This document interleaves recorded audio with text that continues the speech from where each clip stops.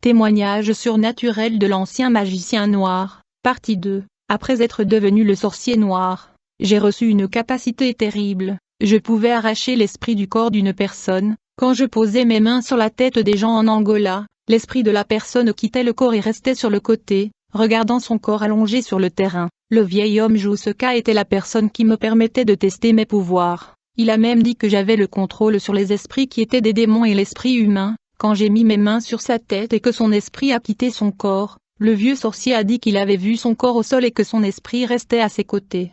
Tout observé. À l'époque, avoir cette capacité spirituelle était très rare. Seules les personnes qui avaient des expériences hors du corps pouvaient sortir du corps. Quand j'ai mis mes mains sur la tête des gens et que leur esprit a quitté le corps, les gens sont partis en parlant de mes capacités et leur discours a atteint les oreilles des bergers de l'église. Et les bergers sont venus vers moi et ils ont dit combien d'argent tu veux afin de nous enseigner cette compétence. J'ai demandé aux bergers et j'ai dit que vous avez un Dieu si puissant. Pourquoi ne demandez-vous pas à votre Dieu? Pourquoi venez-vous à moi? N'avez-vous pas foi en Dieu que vous vantez tant de fois qu'il est puissant? Je ne fais pas d'accord avec les croyants. Et ces bergers de la prospérité ont dit que je n'étais pas le seul à avoir cette compétence et qu'ils trouveraient une autre sorcière pour leur enseigner cette capacité à faire sortir l'esprit du corps afin d'attirer beaucoup de gens. Ils voulaient voir leurs églises pleines de foule grâce à ce signe, afin que leur collecte financière puisse augmenter. Jésus était entouré par la foule à cause des signes et Satan s'en sert à son avantage de nos jours. Je n'ai pas donné mes capacités aux bergers car les démons avaient dit non.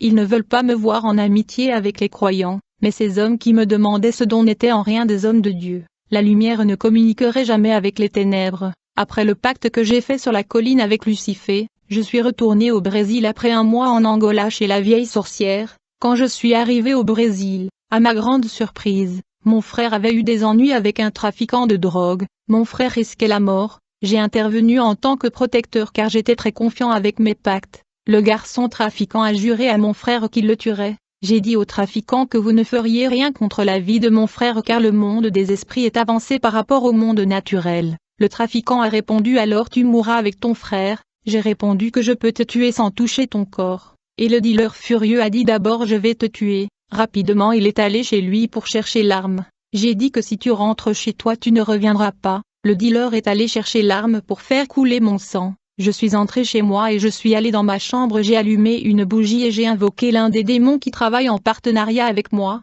Le démon m'est apparu et je lui ai ordonné de tuer le dealer. Ce démon que j'ai envoyé fait partie d'une légion d'esprits de la mort. Il y a des légions d'esprits de la mort et l'un d'eux a travaillé pour moi. Quand j'ai voulu tuer quelqu'un j'ai simplement invoqué le nom de ce faucheur. Cette nuit-là, ce faucheur est allé chez le dealer et l'a tué en serrant ses cordes vocales et l'a étouffé jusqu'à ce que le garçon a arrêté de respirer et tombé au sol avec le corps tout rigide et gelé. Le trafiquant de drogue est mort, et personne ne pensait que c'était moi qui l'avais tué parce que les médecins ont dit que c'était une mort naturelle. Aucun membre de son groupe de trafiquants ne savait que je l'avais tué. Seul un garçon proche du défunt qui était un trafiquant de drogue savait que j'étais impliqué dans le combat de mon frère contre son complice. Ce garçon suspectait que j'avais fait de la magie pour tuer son ami. Le garçon n'était pas content de la mort de son ami et a pris le pistolet pour me tuer. Il ne voulait pas me menacer, il voulait me prendre par surprise car il savait que s'il me menaçait, j'allais riposter avec des mauvais sorts, et il est donc resté silencieux,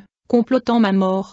Ce type était armé devant ma maison et il a caché l'arme sous sa chemise et a frappé à ma porte. Il était prêt à sortir son arme et à la pointer sur moi. Un démon m'a parlé à l'oreille là-bas dans ma chambre quand j'étais allongé vers le bas. Il a dit que quelqu'un est venu pour vous tuer et est armé. Je me suis levé du lit et je suis allé me préparer avec 2 formules magiques avant de répondre au garçon qui frappait à la porte, et avec la force de la magie protectrice qui était sur moi. Le garçon n'a pas eu la force de retirer son arme de sa taille lorsque je lui ai lancé un mauvais sort d'oubli. Il m'a salué en toute courtoisie. À la suite du mauvais sort, il ne savait plus pourquoi il était venu frapper à ma porte et pourquoi il était là. Le garçon a oublié les dommages qu'il allait me faire et rentré chez lui. J'ai envoyé un démon pour l'accompagner et surveiller ses pas. Quand le garçon est arrivé chez lui et que la magie de l'oubli a pris fin, il s'est immédiatement souvenu qu'il a dû me tuer et il n'a pas compris pourquoi il est revenu sans faire son travail. Quand le garçon s'est souvenu de moi et a essayé de revenir pour terminer son plan, le démon que j'ai envoyé pour rester dans sa maison avait pour mission de l'empêcher de revenir chez moi pour me tuer.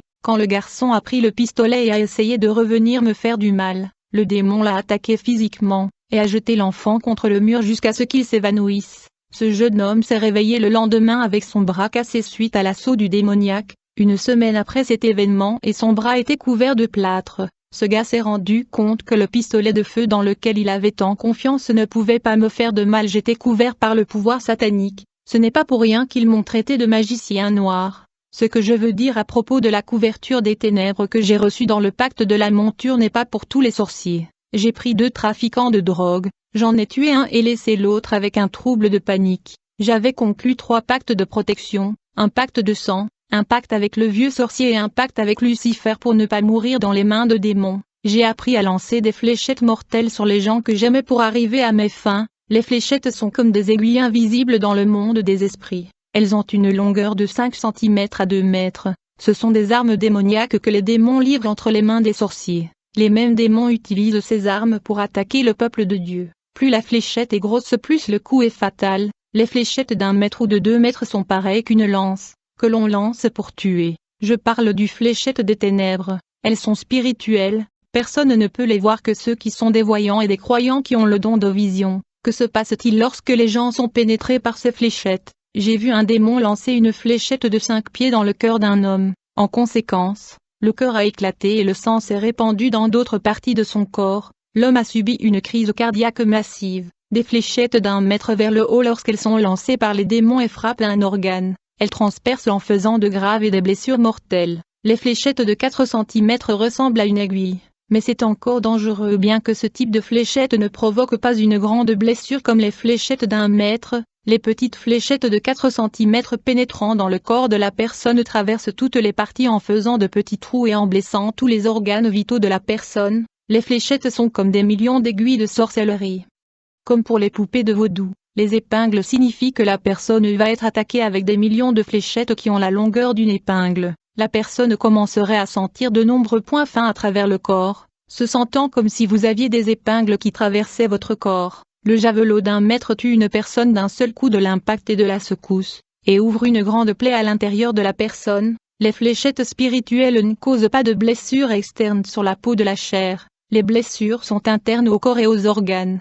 Il y a un type de magie qui provoque des blessures dans la peau en laissant le corps comme celle des lépreux, tandis que les fléchettes causent des blessures à l'intérieur du corps. Il y a les fléchettes qui causent des blessures à l'intérieur du corps d'une personne en rompant des organes tels comme le cœur, les poumons, les reins, le foie et d'autres organes. Il y a aussi des fléchettes qui ne sont pas destinées à blesser le corps mais l'âme. Ce genre de fléchette qui cible l'âme peut endommager l'âme. Il existe différents types d'armes dans le monde des esprits qui endommagent l'âme d'une personne. Ces fléchettes qui blessent l'âme rendent une personne déprimée, triste, blessée et folle dans la tête. Ces fléchettes durcissent le cœur et génèrent de mauvaises pensées contre les autres, et poussent une personne à se suicider. Lorsque l'apôtre Paul a dit à l'église d'Éphèse de mettre l'armure de Dieu, c'était pour les protéger de ses attaques. Paul a mentionné les fléchettes mais était conscient qu'il y avait beaucoup plus d'armes spirituelles avec lesquelles les démons attaquent. Paul a averti l'église d'Éphésiens de mettre l'armure de Dieu parce qu'il savait que les démons attaquent à la fois le corps, l'âme et l'esprit,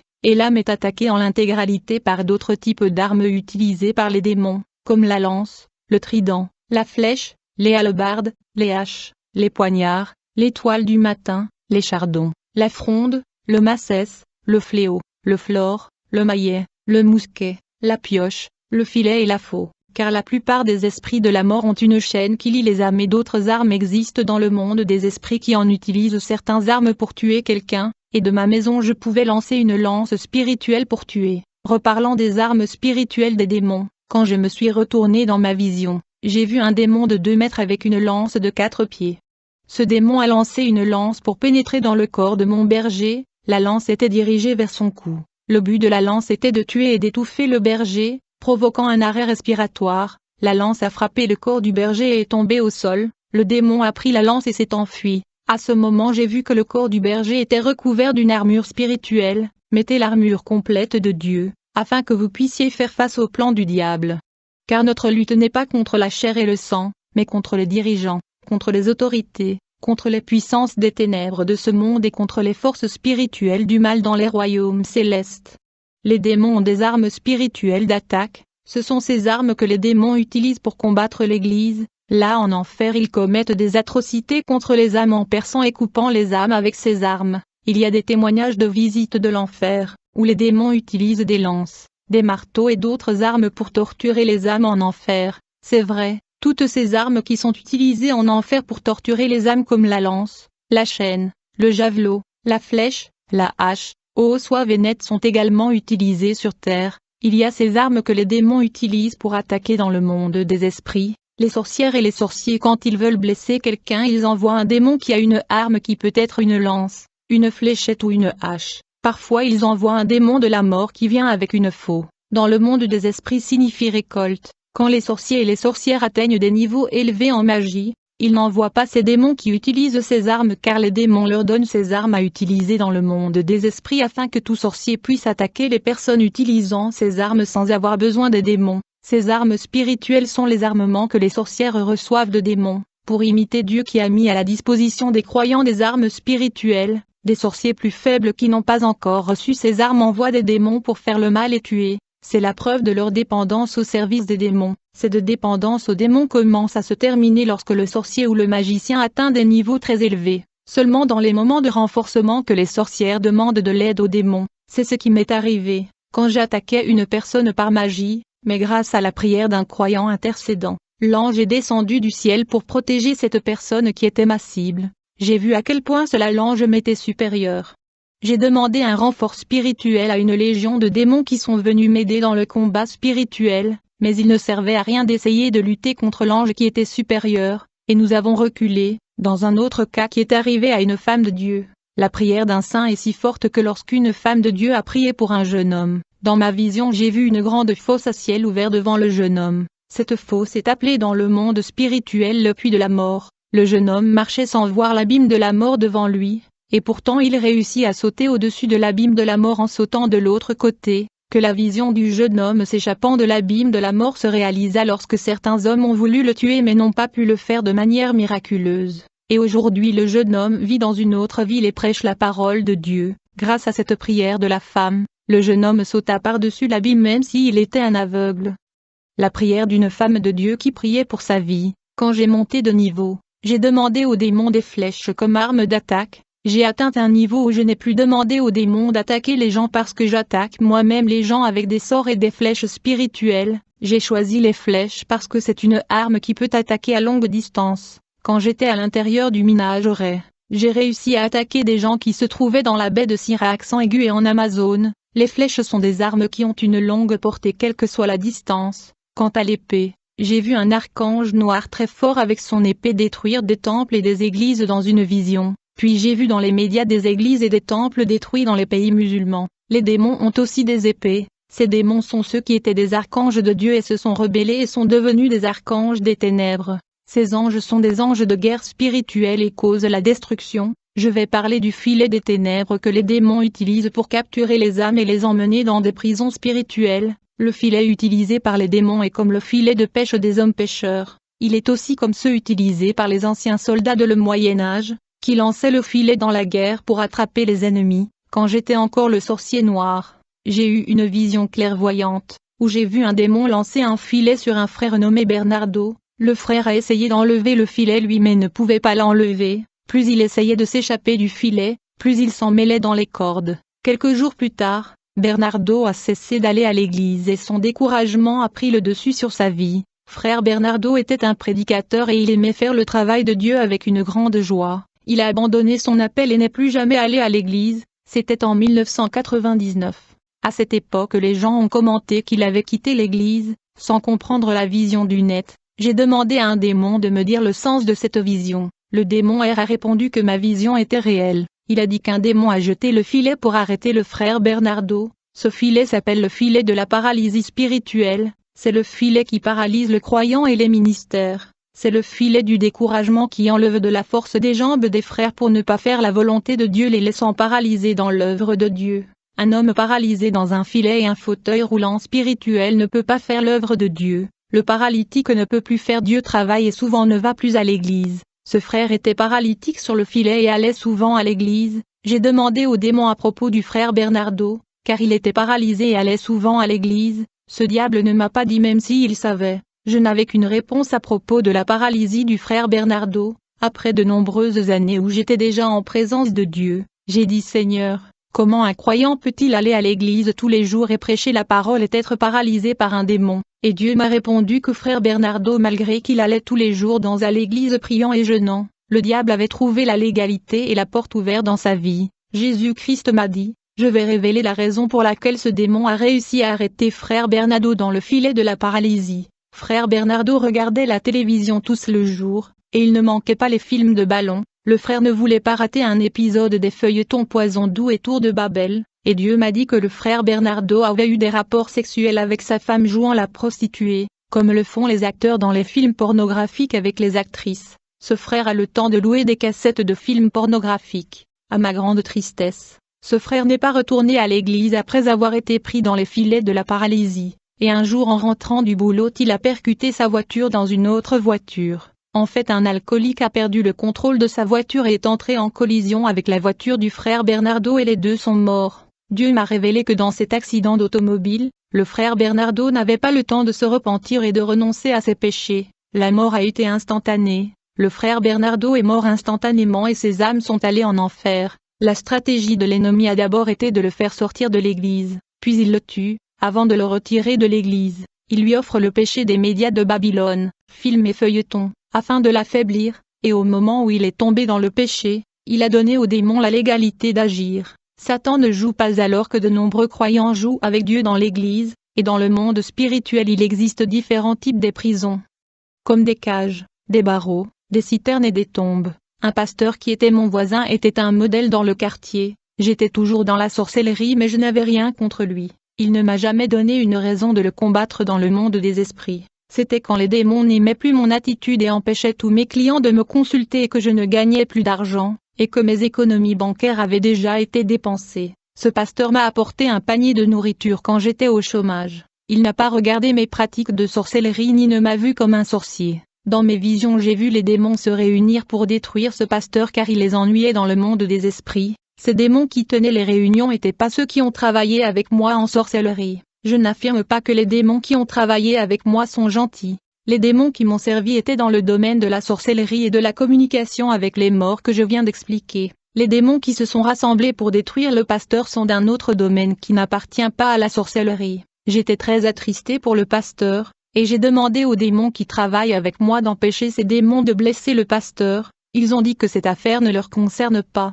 Et je me suis rendu compte que le royaume de Satan n'est pas divisé parce que les démons qui travaillaient avec moi ne voulaient pas empêcher les démons qui se réunissaient pour détruire le pasteur, et c'est à ce moment qu'un doute a surgi en moi, car quand je suis allé en Angola j'ai fait un pacte avec les démons pour que les démons brésiliens ne me touchent pas. Le vieux sorcier était le médiateur et s'assurait qu'aucun démon ne pouvait me toucher. J'ai découvert que les démons qui me protégeaient n'aimaient pas entrer en collision avec d'autres démons pour ne pas diviser le royaume de Satan. Et petit à petit j'ai découvert qu'ils étaient des esprits trompeurs. J'ai vu les démons dans cette réunion regardant le pasteur comme des serpents s'apprêtant à sauter sur la cible. C'était triste. Ils attendaient qu'une occasion se présente pour attaquer. Pourtant le pasteur n'avait aucun péché, aucune porte ouverte et aucune légalité. Et c'était à ce moment dans cette réunion de planification que ces démons sont entrés en action. Très rapidement un démon a possédé une femme qui travaille dans la même entreprise que le pasteur. Cette femme a séduit le pasteur. Et il n'a pas pu résister et a pris rendez-vous avec elle pour se rencontrer.